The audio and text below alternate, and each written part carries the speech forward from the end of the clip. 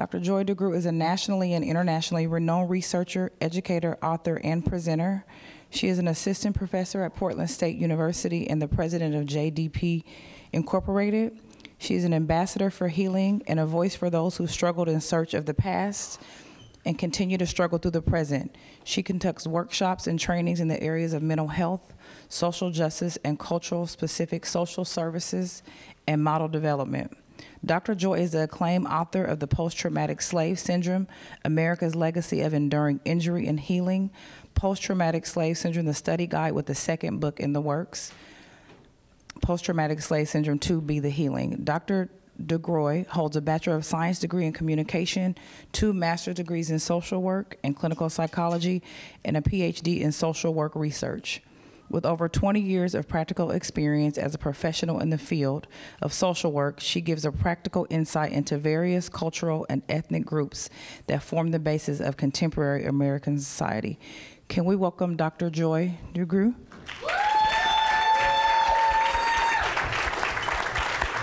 Thank you so much. Thank you. No pressure. Thank you. Thank you. Beautiful. Wow. You are so right, Arietta. I mean, there's so many people in this room, not to mention my family, and we have to talk afterwards. He escapes. That's why I had to do that. He'll leave, so I have to let him know. Don't leave. I got to talk to you. You know, one of the things that I think is so crucial and so critical to this issue, to the issue of what really amounts to race unity. And, you know, as you were talking, Ebony, I'm so proud of you. First of all, can we give my niece a hand? I'm so proud of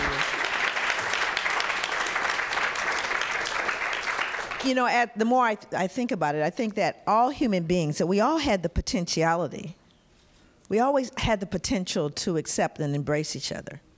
That's always been in front of us. At any point in our evolution as human beings on this planet, the whole idea of exercising integrity in the moment of choice, right? We are all faced with that, that decision to actually demonstrate integrity in that moment of choice. Not in moments like this one, where it's, you know, it's certainly politically correct to be in this room. It's certainly, you know, the right time of year to be kind to Negroes Month. So it's, you know, absolutely okay to be here, and folks can feel warm and fuzzy. They can go out and say, you see, I was there, I showed up, and, you know, hopefully they won't get into anything deep, because then I'll need someone to distract her so we can run. But the bottom line here is that we all have in our lives, in our daily lives, opportunities to exercise integrity in the moment of choice. One of the interesting things was a video that went viral. Actually, I was with Bahia, and we were interviewing with Shakti Butler, and it ended up being a trip to the grocery store, and 30 million people have uploaded it and sent it all over the place. And I was always puzzled by why that particular video went viral, you know, of me basically talking about my sister-in-law who looks white but's half black, and confronted an injustice that she saw. It didn't just, and for Kathleen, you know, we actually got back together to talk about it recently. You know, it wasn't like a big deal. It wasn't a moment like I'm gonna, you know, it was very natural for her to say, that's not okay what you're doing. Now, she knew she walked through the world differently than I walked through the world, and therefore she had more privilege, and she spends her privilege well. See my brother in the room, I have to acknowledge Ron Herndon. I'd stand on his shoulders. So I think that one of the things that, you know, we're all faced with, that we all have an opportunity to do, is to do the right thing, right? And as I look through history, there's never a point, you know, in our humanity that we're not aware and we're not able to distinguish truth from error. That we don't have the capacity to know whether we say it verbally or whether it communicates to our heart. We know when a thing is right and when a thing is wrong, and then we make a decision about it. And I think that for me, you know, I want to go to Wakanda, isn't that it? That's where I want to go. Let's keep it real. But we want to, you know, all of us want to feel whole and want to be whole. And that's what each generation wants to give to the generation that's coming up next. And one of the things that I think about when, and by the way, I'm not at Portland State. I live in like Sacramento. So I'm still on the faculty of Portland State, but I don't teach at Portland State. I don't want anybody to come after me, you know, false advertising. But I was thinking recently, and I was, with all the things that are going on in the world, right? There's an elephant in the room. There's an elephant in the room, and I think we're standing on the precipice of change. I really believe we are, and this is what I love about Neil. You know, let's talk about what we understand about change, and how change occurs. There's a book called The Structure of Scientific Revolutions by Thomas Kuhn that some of us with graying hair remember because it was mandatory reading. And in this particular book, the structure of change, really, looking at of revolutionary changes, I was curious as a social scientist, as an activist, as a black woman, mother, grandmother. I was interested in how does change happen? And as I've done lots of work, I'm on accounting, I'm doing some incredible work in New York, all over the world, getting ready to go to London, because the world is exploding. There are 4.7 billion plus people on the planet, and growing. And those numbers consist mainly of people of color. The majority of the planet are people of color. Now, I grew up in America, and back in the day, we only had 3 channels. Some people can remember that. We only had 3 channels, really. And I remember, really, for the majority of my life, even my adult life, if you looked at television in America, you thought the world was white. You still do, actually. And in fact, anytime you turn on the television, anytime, you should have at least one Asian in there. I don't care what you turn it on. Have some Asians, because 1/2 of the world is Asian. Right? And so you look at this reality, and yet, you know, now you can Google it. You see, this is where things are changing. And why we're on the precipice of change is because we now know. All my family had was encyclopedias. Right? And then, you know, sometimes we'd have an argument, and we'd make our point. It would take a whole week to try to research whether you were right. You had to go to the library. I was calling people, writing letters, right? But now, you know, my grandkids don't even let me, you know, have a moment of wisdom. They don't even give me, you know, my grandson was 10, and he was doing a science project. He said, Ema, how many eyes does a leech have? A leech?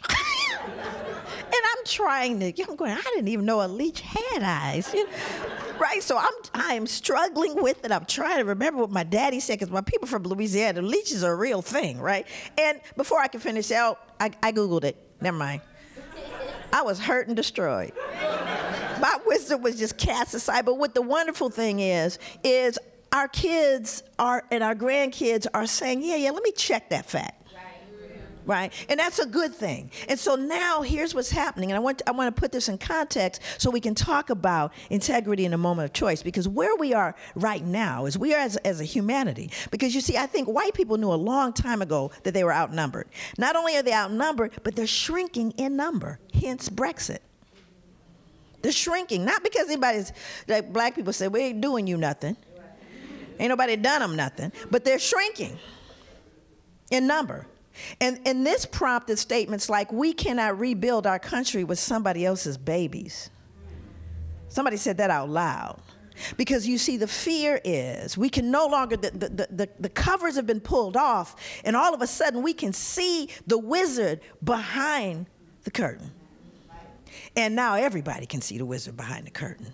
So everyone knows. Now here's the good news. You know, we're talking about comparing a gnat to an eagle when we're talking about numbers. And if the world had been such a horrid world and wanted to crush an oppressor, there would be no white people. But no one ever did that. In fact, even black people, having suffered 300 years of enslavement, didn't create a vigilante gang to go after white people. But white people did. And so we have to unpack that elephant in the room and go, what is going on? And what is the fear? And the fear is, if you are superior, then you cannot blend. Do you see, everybody, the world knows that human beings are 99.99% the same. But there's a group that says, oh, no, no, we're better than you. We're better than all of you. And if you have that mythology going on, then the greatest fear is mixture. And you see now the realization of, but this only is a problem if you believe in white supremacy. Do you see, if you don't believe in white supremacy, then you realize the world is one. You realize that we can't even guess who's coming to dinner now. But the bottom line is, if you maintain that mythology, do you see, then the world becomes a very scary place, and all these people of color are going to usurp the superiority. So now I say, now what does it mean when we're saying that change occurs? Well, there are a couple of things that signal change. Now, for example, there was a period of time when everyone in this room, I mean, some of the people my age, how many people are 50 and above in the room? Isn't that some, oh my God, isn't it great not caring what people think? It's wonderful. It's a developmental stage. I don't care. Mom, I think she doesn't like you. I said, I hope that works out for her. Yeah? Good for her. So those of us that are old enough can remember, for example, there would be ashtrays in this room. There'd be ashtrays. People be smoking, too. There'd be people smoking, right? And not only that, for those of us, I know the black people in the room, we know during the holidays, when you go to visit your family, they break out the nice ashtrays. Those, the ones that get the marble ones, they're on the stand, and you knew immediately, you can't touch those ashtrays. That the little multiple, possibilities. And we were having this conversation. My grandkids said, so what's an ashtray? Didn't even know what an ashtray was. And in fact, if someone in this room lit up a cigarette right now, someone lit up a cigarette up in here, two things would happen. One, I think the peer pressure would just put the cigarette out. It would just go out because of it. Peer pressure. And then if that didn't work, there are a number of Multnomah County people here that would start diagnosing them. Has there been a death in the family? Is there some problem with them? Because clearly you have lost your mind if you will light a cigarette up in here, right? So now, how do we go from, and I remember in my neighborhood, I grew up in South Central, I remember, when you go to the store, this is the thing, whenever you're going to run to the store, you had to go to the store for everybody. Go ask Aunt Inez if she wants something. Go to Mr. Isidore, and they were always, I was buying cigarettes. Give me some Cools, I need some Salem's, give me some, and I'd have the little note, and I'd go get cigarettes. I was like 8. You know what I mean?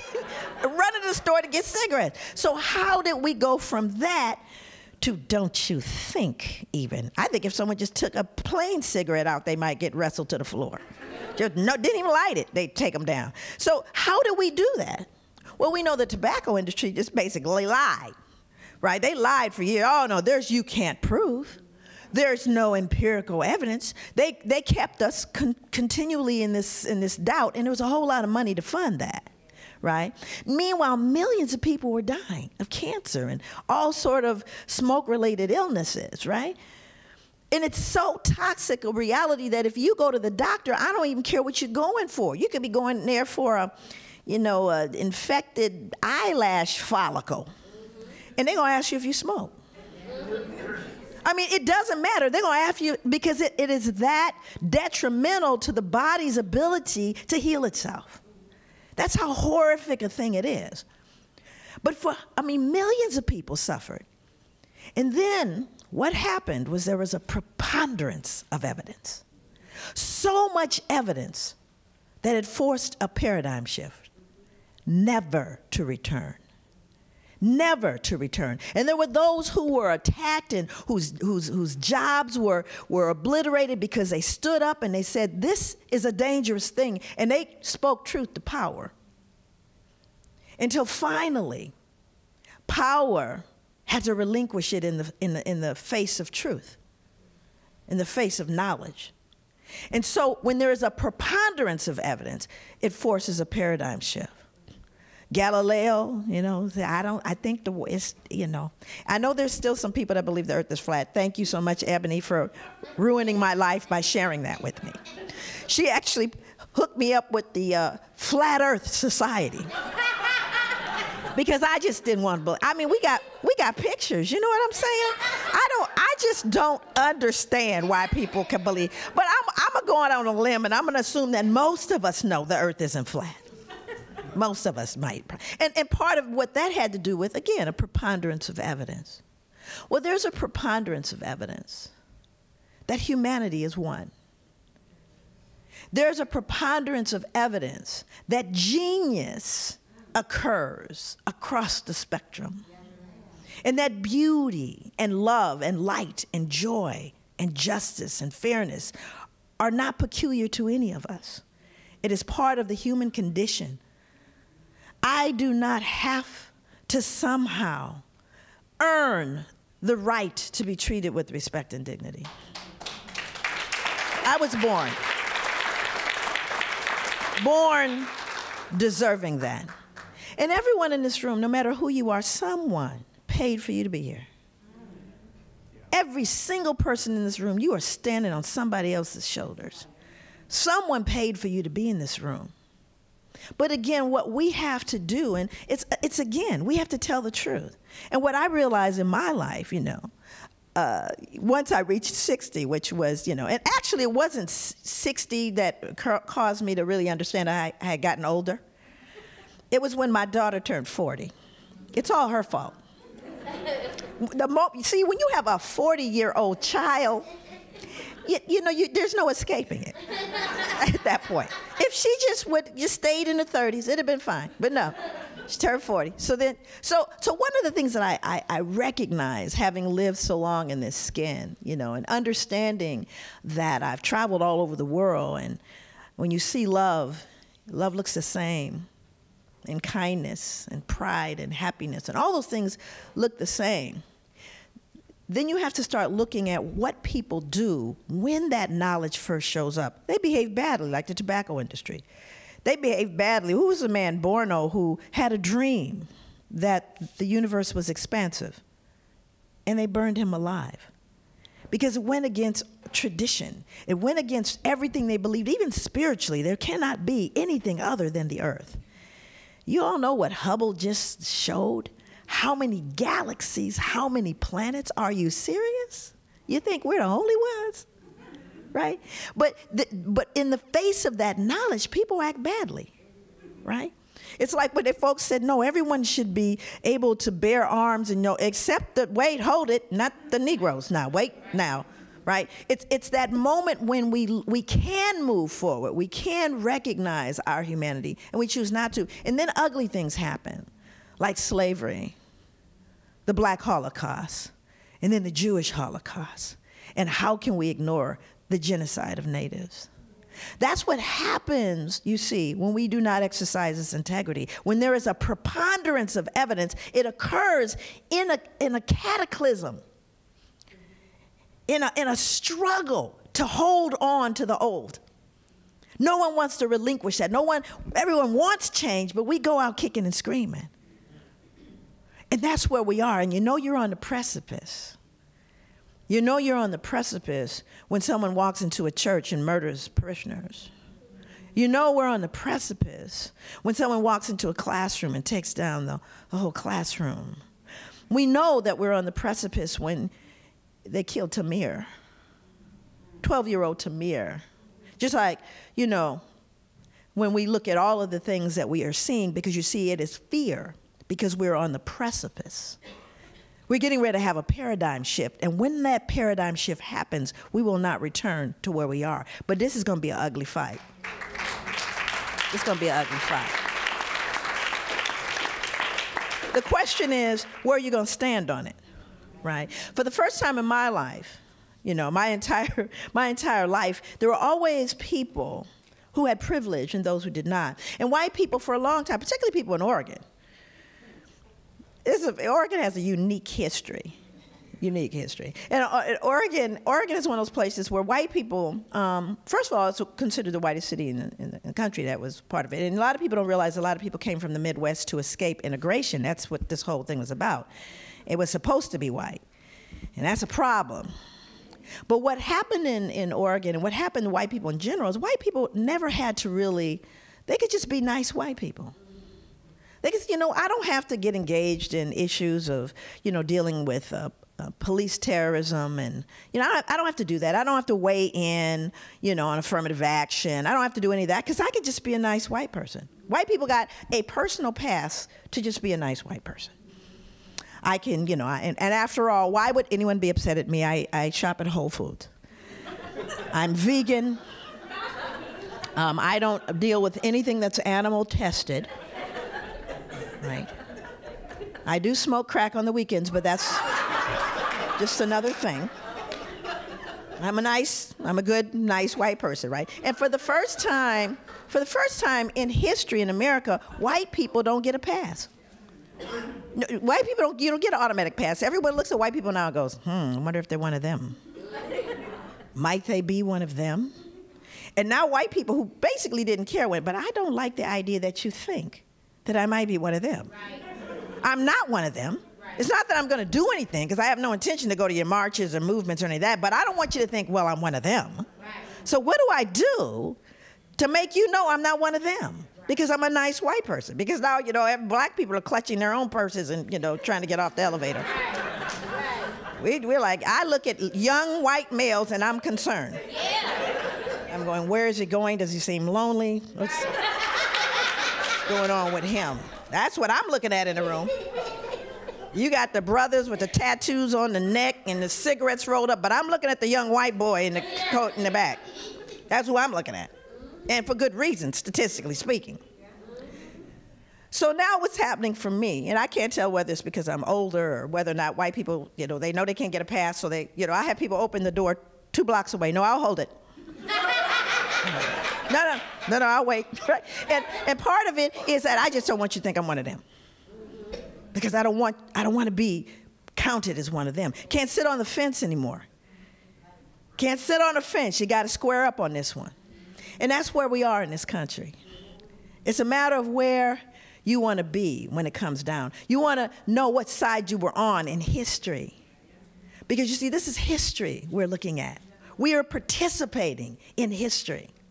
And a history that says, at that time, what were they doing? What were you doing? What did you believe? Because let me tell you, they're going to look back at some of us and go, they were like those people that believe the earth is flat. They sat up and had to have Be Kind to Negroes Month.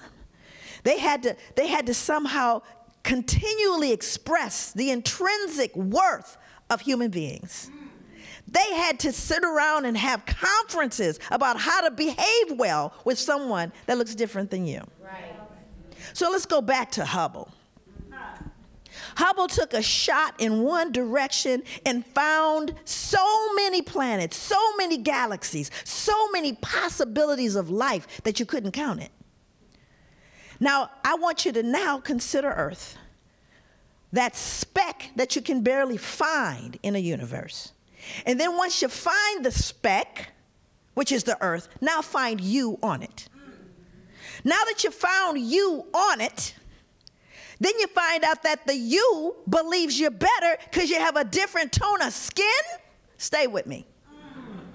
Stay with me in the reality of things. You're a speck in the universe, a speck of a speck. And now you go, not only am I better than you because I have a different shades, but I have little shiny rocks.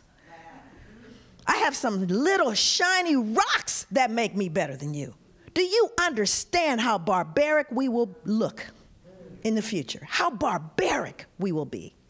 I want to be counted among those that exercised integrity in a moment of choice. I want to be on record knowing the intrinsic worth of all human beings. I want to be on record saying that mankind is one and that I embrace that oneness. I want that to be on the records. Because in the future, there are those who are going to look back to see who paid for them to be here. Thank you so much. Poet and artist Anis Mohani is a 2-time National Poetry Slam champion, winner of the International World Cup Poetry Slam, and TEDx speaker. His work has appeared on HBO, NPR, and in such journals as Bat City Review, Rattle, Thrush, Muzzle, and Forklift, Ohio. He has been awarded residencies from the Vermont Studio Center, AIR Serenbe, the Bloedel Reserve, and the Oregon WITS program. The author of 5 books, Anis's latest collection, In the Pockets of Small Gods, come out April of 2018 from Right Bloody Publishing. Black and Iranian, Anis is originally from New Orleans, though currently lives in Portland, Oregon, where he serves on the board of directors for literary arts and balances his time between writing, drawing, and being on the road. He can be found online at thepianofarm.com. Welcome, Anis. All right.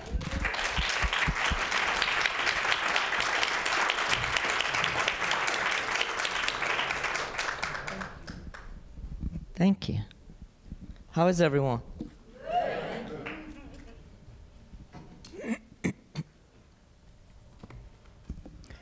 Come closer. Come into this. Come closer. You are quite the beauty. If no one has ever told you that before, know that. Right now, you are quite the beauty. There is joy in how your mouth dances with your teeth.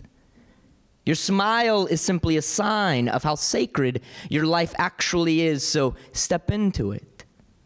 Come closer. Know that whatever God might be, they asked the world around them to help them make something of worth. They woke from dreaming, scraped soil from the spaces stuck somewhere inside themselves, made you, and were happy. You make that Lord happy. Come into this. Come closer. Know that something softer than us, but just as holy, planted pieces of itself into our feet that we might one day dance our way back. Know that you are almost home. Come just a little bit closer. There are birds that beat their wings beneath your breastplate.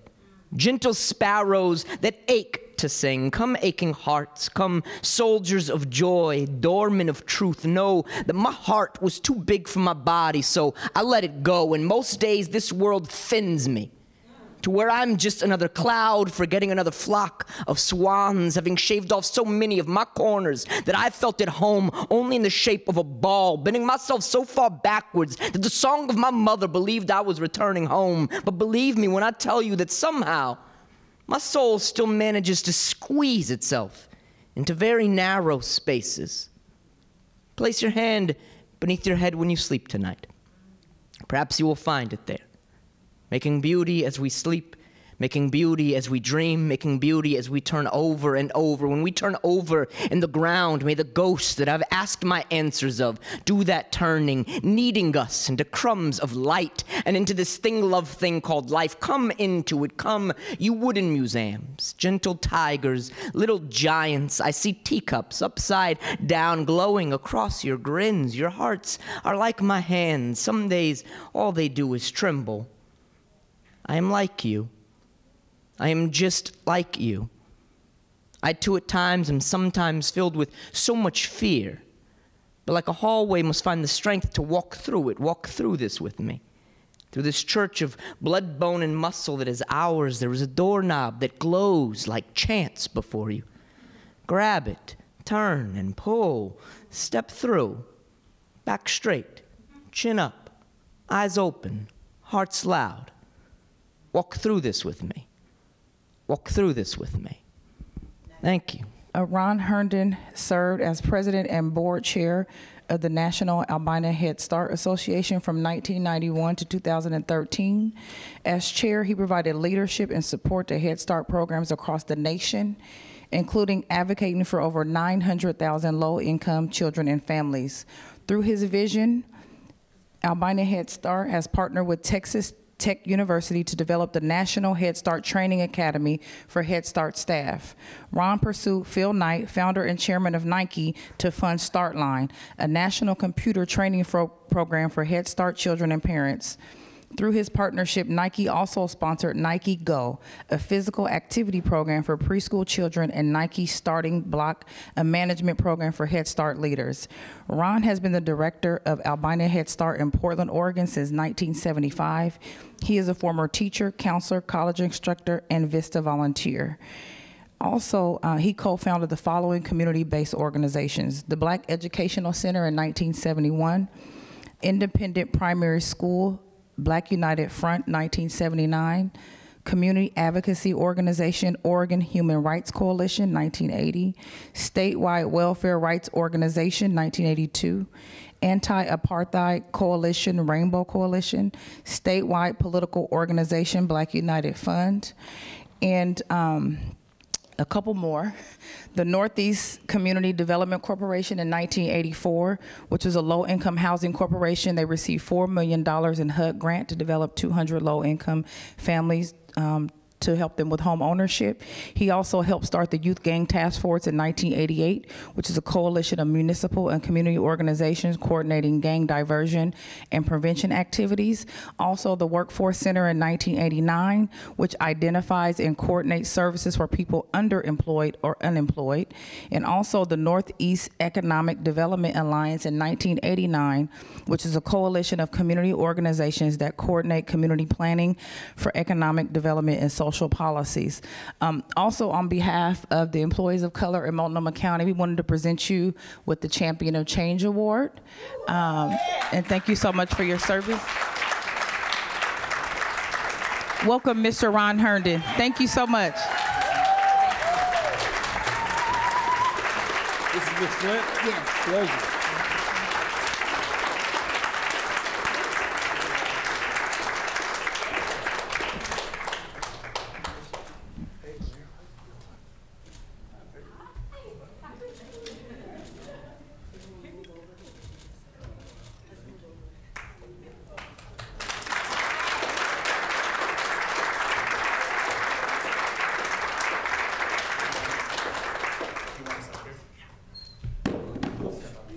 Sorry.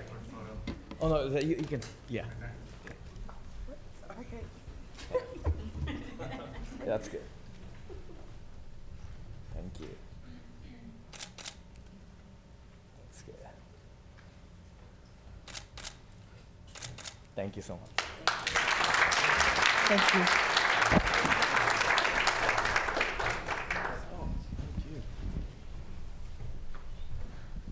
Thank you all very much. I think you tricked me. I didn't know anything about this. A little bit of skullduggery. I was listening as Ms. Flint was reading those dates and times. I said, well, let's just make it simple. When God said, let there be light, he hit the switch. Let's just let it be said that, yes, I have been part of several different organizations, but what I want to talk about today is some of the things that we say and that we do and perhaps don't remember why they have occurred, and the work and the number of people that were involved when this happened. Case in point, here in Portland, we talk about and we're celebrating Black History Month, right? It wasn't always Black History Month. In the very beginning, it was Black History Week, right?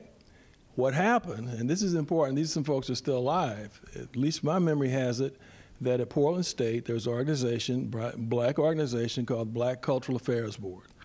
The people in it, the leadership position at that time were O.B. Hill, Joe McHenry, at that time it's Avell Waters, you know, as Avell Gordley, Charlotte Rutherford, and they received some money from PSU and they brought black talent into Portland.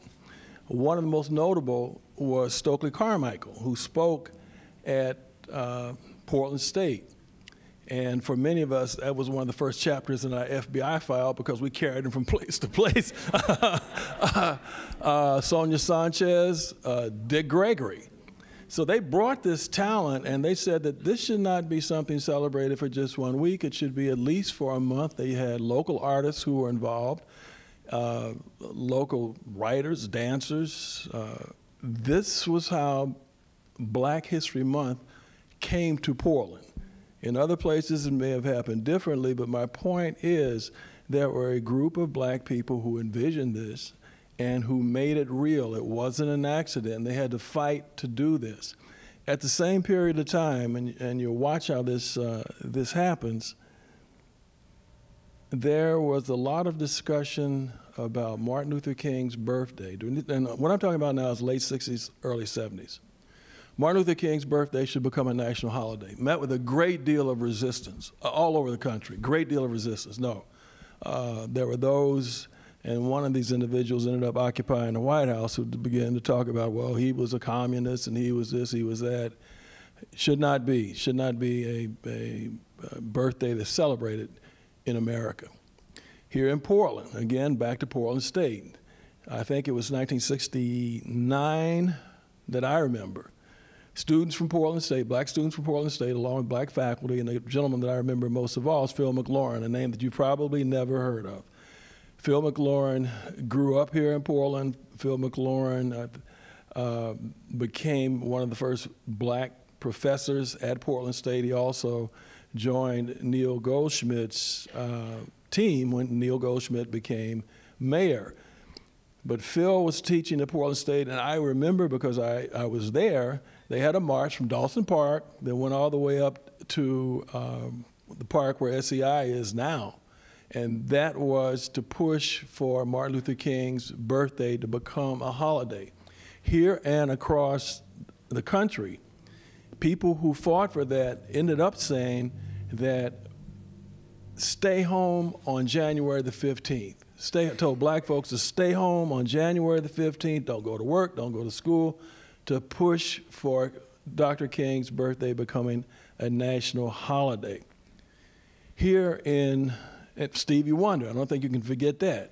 Stevie Wonder came up with the song, and everybody would say, happy birthday to you, happy birthday to you. Yeah, Stevie was one of the people, the leading advocates for Dr. King's birthday to become a national holiday. And what's important, at least to me, regarding that, is Stevie's living was made. He didn't have to do this. He did not have to take on something that's controversial, but because he felt deeply that this is something that needs to be done, he put his career on the line to fight for this.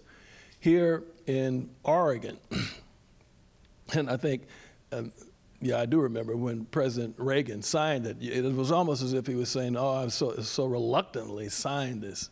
It was almost like he was being drugged to his proctologist in public. He signs this, and now it's up to states. In the state of Oregon, I remember quite well, Reverend Garlington, Reverend Jackson, we're all fighting that Martin Luther King's birthday become a holiday in the state of Oregon. It was not an easy fight. This is what it came down to. And some people will maybe not like this so much, but I'm going to tell you the truth. There were two unions. OPU is called differently. Your Public Employees Union, it used to be called OPU, right? And AFSCME, that they had contracts with the state that had two holidays, if I got this right, if I remember correctly, two or maybe three holidays in January. So the deal was they were going to combine two of them, Lincoln and Washington, into one, President's Day, right? They used to be separate. So that meant that there would be one holiday less. To their credit, the gentleman, and I'm glad I'm able to say this publicly, who was head of AFSCME at that time, his name was Cecil Tibbetts. He said, we'll go along with it. I think they were the union for the county. Are they still the union for the county? Okay, well, you all have a lot to be proud of. Because he said, okay, we'll go along with it. OPU said, no, we're not going to give it up. Yeah. And I remember Reverend Garlington and I having a meeting with their leadership team over at the King facility, and it was a Saturday. And Reverend Garlington was using the biblical approach. I was using the street approach. And he got so tired, he wrote me a note. He said, Rod, hit him one more time, let's go eat. So we left there and went to the Tropicana to get something to eat. And here's how it ended up. The governor at that time was Vic Atiyeh, Republican governor. We had different policy positions on a number of things, but I'll never forget, I'm at home and on a conference call with Governor Atiyeh, and I think Jackie Winters was on the call. I can't remember the other person. He said, Ron, here's where we are. I'm willing to sign the bill, but I'm probably going to get sued by OPU because they're going to say that we've broken the contract that we had with them. To his everlasting credit, Vic Atiyeh signed that bill, and a lot of people don't know that. He did not have to, and certainly he knew that. I don't know if they ever sued him or not, but that is honest to goodness truth. So if those of you who are members of that union now, you may want to ask them about that bit of history, but I was there. That is honest to goodness truth, that they said no to set up this holiday for Dr. King. If it means we have to give up one day that contractually we fought for, we're not going to do it. That is their history. Cecil Tibbetts, if I remember correctly, he passed away some time ago, but I wish that more credit were given to him as well as to Governor Atiyeh. A couple of other things that occurred a similar time, and it reminds me of what's described as one of the most important parts of black music, call and response, right? Oh Happy Day, Edwin Hawkins sing, Oh Happy Day, the soloist, and then the choir comes in, Oh Happy Day, call and response. Well, for me, the change that has occurred around these various events in Portland is an example of call and response. You can do a lot of calling if you want, but people have to believe and want to be involved in these efforts to bring about change. And I have always thought, because I've heard over the years that people were critical, the black community doesn't do this, the black community doesn't do that. So that's not true. And my experience has been is that if you put something in front of the black community that makes sense and it has leadership that's credible, they will respond in heroic ways. And if you look, one of the examples that I was privileged to be involved in is this whole fight about the school system here in Portland. It was one of the most racist administrations that I think existed in the country. And I've talked to people who are from the Deep South, and when I described to them how the school system, public school system worked in Portland, they said, I can't believe that. It wasn't that bad where we grew up.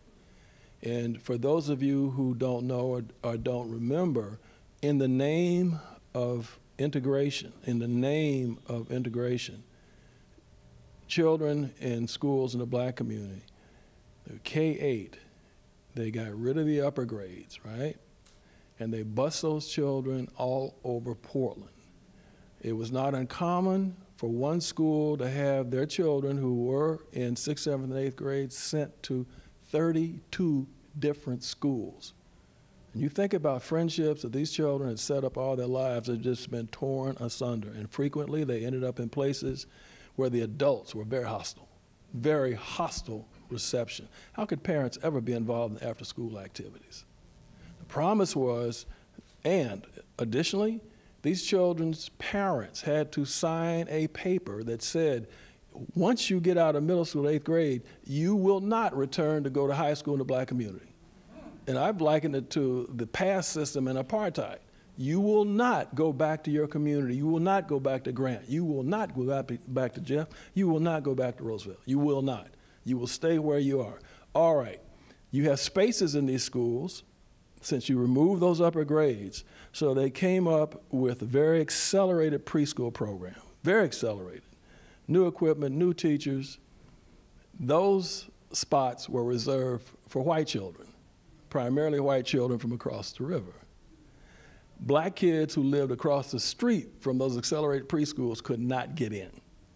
So you have integration. You have white kids in the lower grades, you got black kids in the upper grades in the building, you got black and white faces, so you have integration, right? At that time, there was only one black principal, I think, in Portland. The promise was also that all children in Portland would have an assigned middle school. Black kids did not have an assigned middle school. So this is what the fight was about, to get rid of the busing program. Oh, one last thing. Black teachers were not allowed to teach at schools in the black community. Were not allowed. the Portland Public Schools, they used something that they said was a Sullivan Law regulation something, that if black teachers taught at schools in the black community, that was segregation. Wow. That was segregation. White teachers teach anywhere they want. That's not segregation. School can be all white, all the teachers white, all the principals white, all the cooks white. That's not segregation. But black teachers in school with black children, that's segregation. Weren't allowed, were not allowed. So when the black community came together and fought against this and was successful, and the odds were, everybody said, that this probably is not going to work, because the superintendent at that time was called the dean of big city superintendents. He had been on the job, I think, about 10 years. Superintendents last 4 years. Even back then, he had been on the job 10 years. Very, very well liked in the business community in Portland. The black community came together, threatened a boycott, and came out in numbers. I mean, in numbers in public meetings, and was able to dismantle this racist arrangement. That's no small task. Dismantled it, and then said, okay, now we need that middle school. District fought against that. You had boycotts, you had demonstrations. Tubman, that's how Tubman was born out of this community that people want to criticize about not being unified, not willing to state its concerns, not sophisticated enough to follow through. That's how Tubman was born. That's why black teachers were allowed to teach in black schools if they wanted. That's why they began to hire black principals and ultimately black superintendent. So for me, when I hear people say, and are very critical of what this community can and can't do, I say, you don't know your history. You really don't know your history of what's been done. Those organizations that were listed off played an impact on strengthening this community, and oftentimes in a very hostile environment. I wish Avell was here. She could talk about this. Was only one of 2 cities in the entire country that forced an honorary South African ambassador to resign. While Nelson Mandela was sitting in jail, you had a man here in Portland who was honorary South African ambassador. We forced him. We had demonstrations inside of his office for several weeks. There were arrests made. Eventually, he resigned. Only 2 in the entire country. So when people say that it's not happening in Portland, folks here just don't understand. It harkens me back, call and response. Calls have been made, the community responded. Calls made, community responded. Lastly, Union Avenue. The call was to name it after Martin Luther King. And in my memory, one of the people who was most active in that fight was Bernie Foster, the owner, publisher of The Scanner. He and I'm trying to think, Bobby and Bernie Foster. Now here he is, he's running a newspaper. Why would he get involved in this public fight? And it was a fight, because there were a lot of folks, white businesses on Union, who said they did not want to change the name to MLK. Matter of fact, after it did change, a couple of them moved. But he was very active in a public way. Again, he's running a business. Newspapers make money by ads. He's risking his cash flow. They make their money by ads primarily, a little off of subscriptions. But I think, if I remember right, still today, they give the paper away. So he's running off of ads. So he had the courage to stand up, to lead that battle, and it was a battle. And the community won.